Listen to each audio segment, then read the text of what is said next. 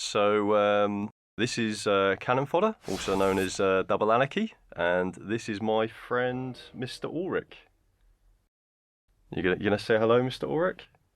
Yes, hello. Hello. There you go. There you go. so this is my some recording I did of a playthrough on Dark Souls that I started, Dark Souls 1 Remastered for the XboxOne. And it's kind of a challenge run. Like, I'm not going to be using a shield. Yeah. Is my plan, but it's not very well thought out, to be honest. I'm just mucking around with some of the options here because I'm trying to figure out and making sure that I've changed the jump button. Because on the original Dark Souls, Yeah, I saw that. 1, Yeah, click left stick is. Yeah. Yeah, no. Yeah. So the original Dark Souls 1, you've got a double tap B, which sometimes doesn't work out very well because it's also like the run button. Yeah. So they gave you the option in the remaster to change it. Oh, Elder Scrolls. It's Sorry? sprint and roll, isn't it? Not Elder Scrolls. Oh, Elden Ring. I was like, yeah. Elder Scrolls? I didn't know you played it, Ulrich. Like, I didn't know it was a thing. That's a game I've never played. Just making it up as he goes along. So yeah, I didn't really know what I was doing, to be honest. I kind of like, I'll do this, I'll do that. So I went for Sorcerer, and I figured I'd go with like a Battle Mage type thing. Maybe. Okay. I don't know. I thought he was going to go for like that Depraved thing, which I'm assuming is you have nothing. Oh, what? I forget what that's called now, actually. Deprived. Yeah. So you start off with nothing. To be honest, it makes no difference. The game's not really that much harder. I will say just then, like when you were selecting that guy's hair to be that Bob, he sort of did look a little bit like Dora the Explorer. Okay. I didn't draw that connection, but I hear you. No, it's specifically because I saw someone do a skit where they're sort of like a dark Dora the Explorer, and okay. Yeah. Are we talking like evil Dora the Explorer, or are we talking like? It'd be like, well, she accidentally ran somebody over, so she calls her backpack. Like, I've never actually watched Dora the Explorer, by the way. Can you say no más cocos? Great! Say no más cocos! Oh, isn't that like a robot chicken thing?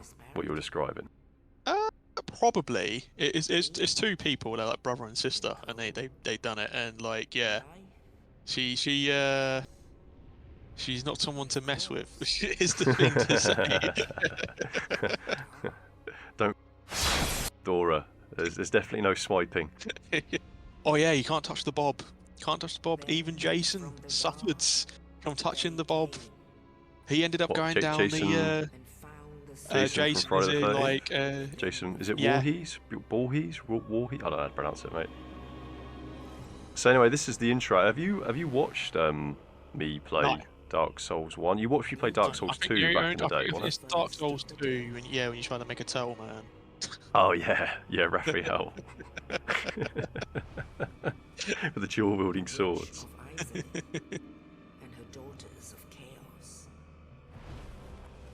So this is before Dark Souls 2. Obviously, I know that might sound like a stupid question, but obviously... No, it's not. It's not really, to be honest. Yeah.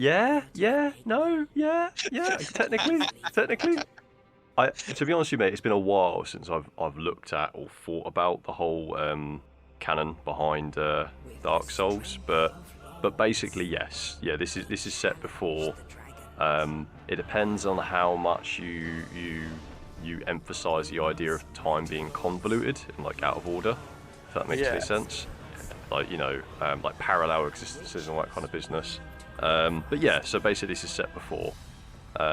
It's almost like, in the example I tend to give is, the Halo games, like 1, 2, 3, Yeah. they tend to kind of like homage the events in the previous campaigns. So like, you have the flood level, Yeah. you have the level at the end where you drive the warthog and everything's falling apart. So you kind of like retrace the same steps. That's kind of what they did with the different lords that are in Dark Souls 2 and Dark Souls 3. Oh, okay.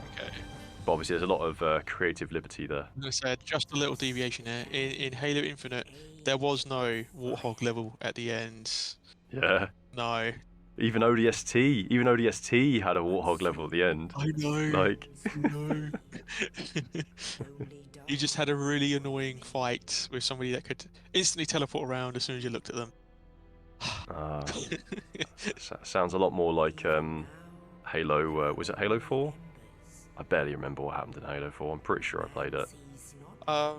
Yeah, you did, because they had the like Spec Ops things, and I have thought about like I wouldn't mind going back and playing that just to at least finish those, and that would be it. Well, was that the survival thing, the Spec Op thing, similar to the ODST one? Or? No, there were like side missions that you did. So you didn't play as a chief; you just played as like these other pseudo Spartans that weren't really Spartans, as I want to call it. And yeah, they're not as dangerous as the Stalker pseudo dogs then. No. Well, are you talking about the pseudo dog or the psychic dog? I thought they were. I thought the pseudo dogs were the psychic ones. And then you have the other ones, psychic dogs, or is it psychic cats? I don't know. They're just dangerous. Like I remember that much. Yeah, so you got side dogs. Yeah, the side dogs are the psychic ones. They're from wolves. Yes. Ah, I got you. Okay, my bad. But yeah, my bad segue.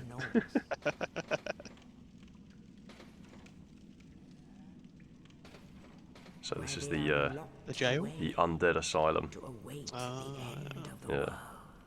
So are the other ones sort of like super decayed, basically, and? Yeah. I'm trying to think. Is there anything like that? There must be other things like that in Elden Ring, right? Just sort of like wretch type enemies. Do you know what I mean? Like, I'd say. Oh, you could maybe say the Albinarics, like the first generation ones, the ones that are like. Oh no, I was gonna say the sorcerers and all that kind of stuff in the first area. The ones that are collecting the runes. Yeah, like the peasant. Well. Yeah, the peasant. I find that really weird because the peasant people are bigger than like the noble people and stuff. Because the ones that are like digging in the ground, they're supposed to be nobles. Because if you get their clothes, it's noble clothing. And when you summon them, isn't it? As a I forget what it's called now. Is it spirit essence or something? Spirit ashes. Spirit ashes, yeah. That's just me quickly looking at a boss. I probably should have spent more time staring at that, but. So this is kind of a weird run, really, because I wanted to avoid doing like a speed run. Challenge run? So yeah, it's a challenge run. I wanted to avoid being a speed run, so I figured I'd probably skip some things and then not skip other things, basically, so that I can show off a few odds and sods. I'm also hoping your video quality is better than mine. Well, it seems to be. Because mine's really muddy. Well, I say seems to be. I don't know what yours looks like. yeah. Well, mine looks like it's less than 720. Put it that way. Ah, okay. So I got the black fire bombs to start off with. I'm sure you've heard about this before. That you can you're supposed to run from this boss. Ah, okay. So if I use the black fire bombs. Yeah, and that lets me kill him basically. Because I haven't actually got a proper weapon at the moment. I've only got a broken sword hilt. Ah, okay. So this lets me kill him. Normally, you do this on your New Game Plus. Yeah. And that would give you his like boss weapon.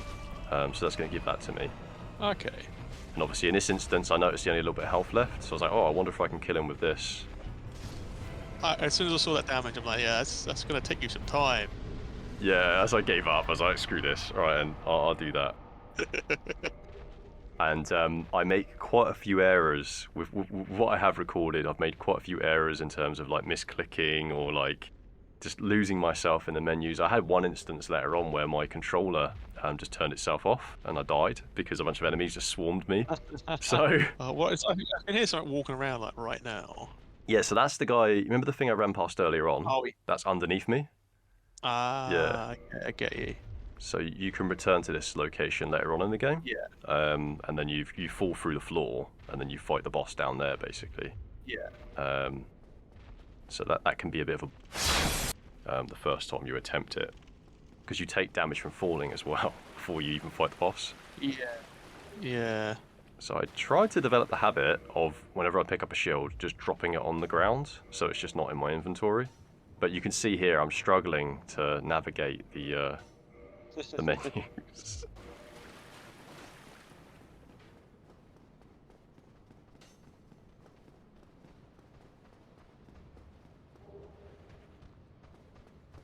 Are those throwing daggers or just normal dagger?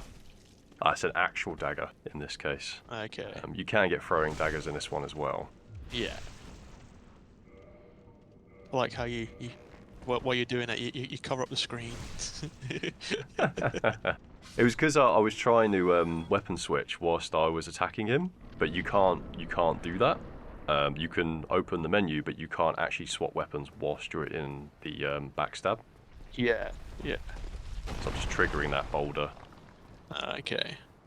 And this is a shortcut to the beginning area, just so that's open for later on in the game. Okay. You're no hollow. Thank goodness. I'm done for, I'm afraid. I'll die soon, then lose my sanity. I wish to ask something of you. You and I, we're both undead. Hear me out, will you? If he's going to be dying soon, you know, it's like I'd be like, well, can I have all your stuff? But You know. perhaps you can keep the torch. Yeah, give me your armor. Nice night for a walk, eh? Nice night for a walk. Wash day tomorrow. Nothing clean, right? Nothing clean, right. Hey, I think this guy's a couple cans short of a six-pack. Your clothes. Give them to me.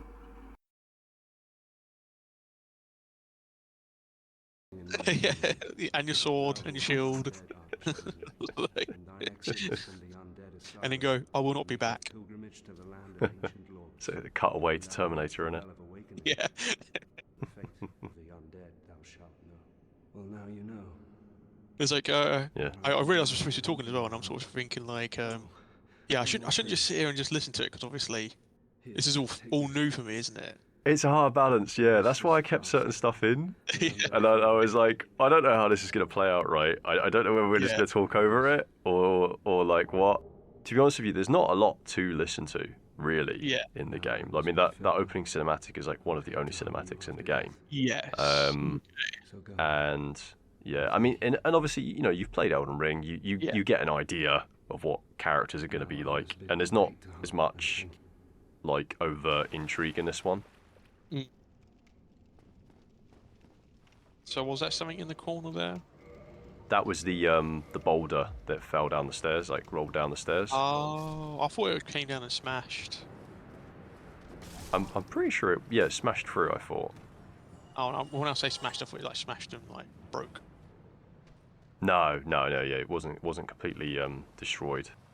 So I think here I was just demonstrating that because my stats are so low, the boss weapon will basically do like no damage. Ah, okay. See, that's like 1 damage, 9 damage, Yeah, yeah.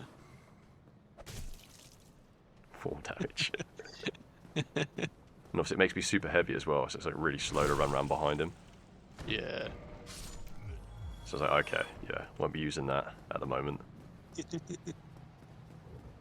There are, I think it was the same in Elden Ring, right? So if you didn't have the requirements to hold a weapon, you could two-hand it if it was a strength requirement, and then you could still wield it. Yes, yes. It's the same thing in this, which is like, you know, early game. It's like I tended to not use the slow, heavy weapons. Yeah, Elden Ring didn't favour that at all, did it really? It can be useful because you can do the damage, but it's like I found that I couldn't poise break a lot of things Yes. unless I hit them a lot, and I was like, I'd rather be able to essentially DPS them or dodge. So here, you can riposte using your hand without a shield. Okay. So I was just testing that out basically. And obviously it's a bit cheap, like in the absence of using a shield, I can still riposte using my arm, so I'm gonna try, you know, using that throughout. If I hadn't beat that boss earlier on, he'd be standing here, and you can do like a plunging attack on him. Oh, okay. And then obviously you get the key and you exit from there. Yeah, yeah. Don't really do too many plunging attacks in Elden Ring. It's like apparently it's possible, but like I don't know. I don't know if it's a hitbox thing or I'm just doing it wrong. I don't know. See, Dark Souls 1, off the top of my head, obviously I've got limited experience with the remastered version, and there does seem to be little quirks. You give me. So that's like a little a nest that you can drop items in. Yeah. And then what you do is you exit your game, and then you come back in, and it will swap the item for something else. But I haven't got anything in my inventory at the moment. Yeah. That here swap. So I was like, okay, I'll leave that. And here's your logo about to come up, Alrik.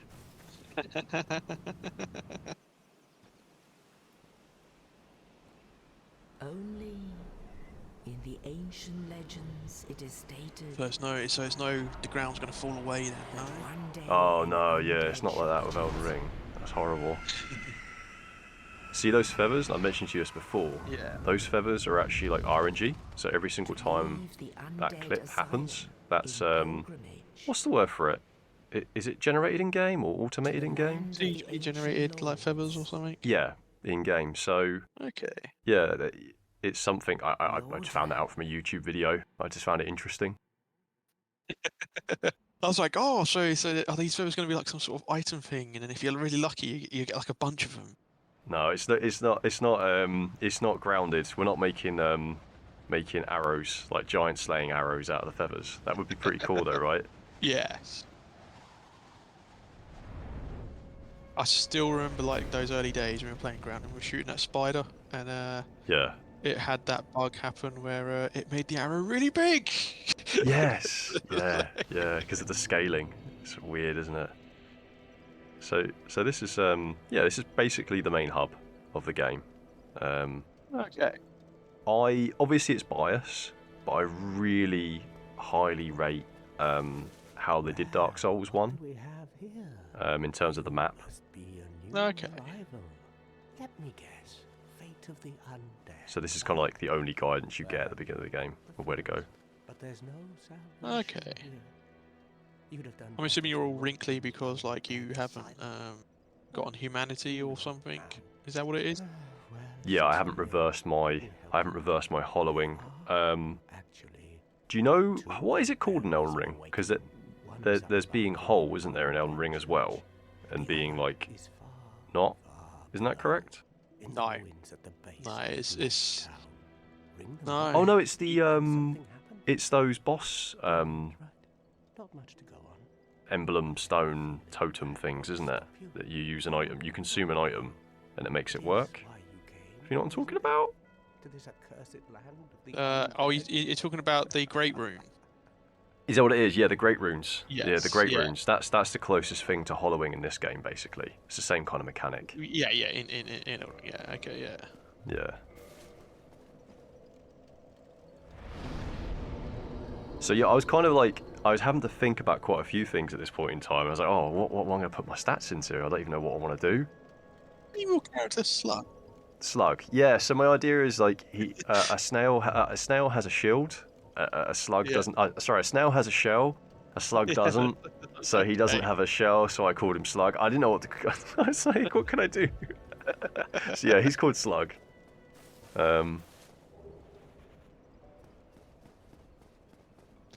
Okay. You can't run up that. Yeah, it's always nice when it's like a giant hole and then you can't go through. I've seen some memey stuff about that, like in games where it's like, oh, I move mountains and stuff like that. And there's like a simple log across the road. Oh my god, the path I is think blocked. You can't For go that me, way. it was games like Resident Evil and Silent Hill that were the biggest perpetrators of that. Where like a hobby horse in a room would stop Yeah. you from like going across the room. Like Yeah, you couldn't interact yeah. with the environment at all. Yeah, it's definitely frustrating.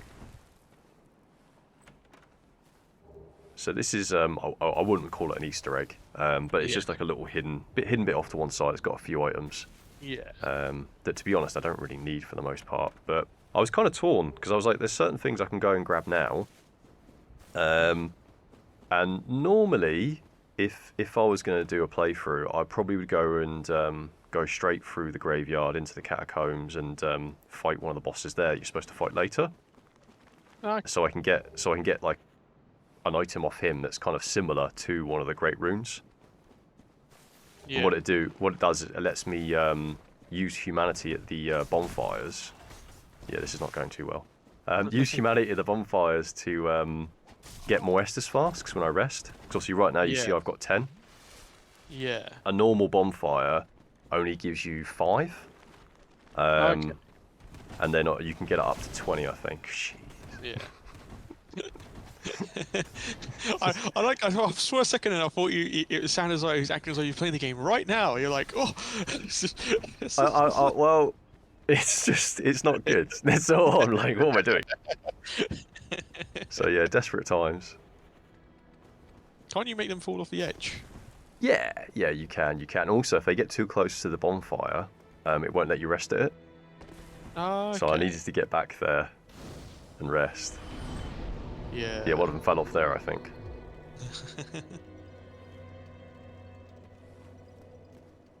So yeah, as I say, like my thinking was, I'll try and do a sort of somewhat vanilla playthrough. You can get an item called the Master Key as a starting item, and that lets you unlock lots of the doors in the game. So I chose to go without it in this one. So it forced me to take a more kind of vanilla route. Yeah. I always wish they made it so that you have to complete the game once before you unlock the Master Key. I think that'd be pretty cool. Like a New Game Plus type thing. Yeah, that would make sense. Really.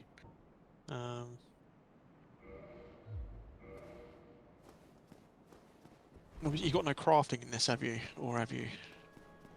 No, you've got like enchanting. That's the closest thing to it. So obviously, you enchant your weapons, and you've got like farming for stuff, like you do with Elden Ring. So like going killing certain enemies, so they drop certain stuff. Yeah. But yeah, there's no crafting in this one. I think, off the top of my head, I think Elden Ring is the first one in terms of the Souls games. I don't think Dark Souls 3 has any crafting in it. Okay. Obviously, I can't speak for Bloodborne, Sekiro, and whatever else exists out there. I haven't played them. Yeah. Nor Kingsfield, so.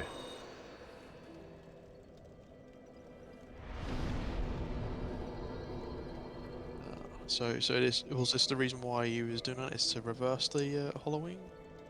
Yeah. So normally I like to feel a bit too overconfident and reverse my hollowing. There's little benefits. So like if I'm not hollow, bit similar to Elden Ring. Yeah. If I'm not hollow, then I can summon in NPCs, etc., and be invaded in this game. Yeah. And also, if I consume the humanity, so you see in the top left corner there, it's got number 3. Yes. I think you want to aim for like a stack of 10, and that'll give you like little bonuses, like to your item find rate and stuff like that. Yeah. So if you're a less confident kind of situation, then you probably wouldn't want to consume your humanity like that. But feeling a bit too, daring, which is, as you'll see, won't last long. I decided to use it there and then. But you do get it back on your bloodstain. So all that humanity I consumed there, I can get that back. I would lose 1 humanity through hollowing again. Yeah.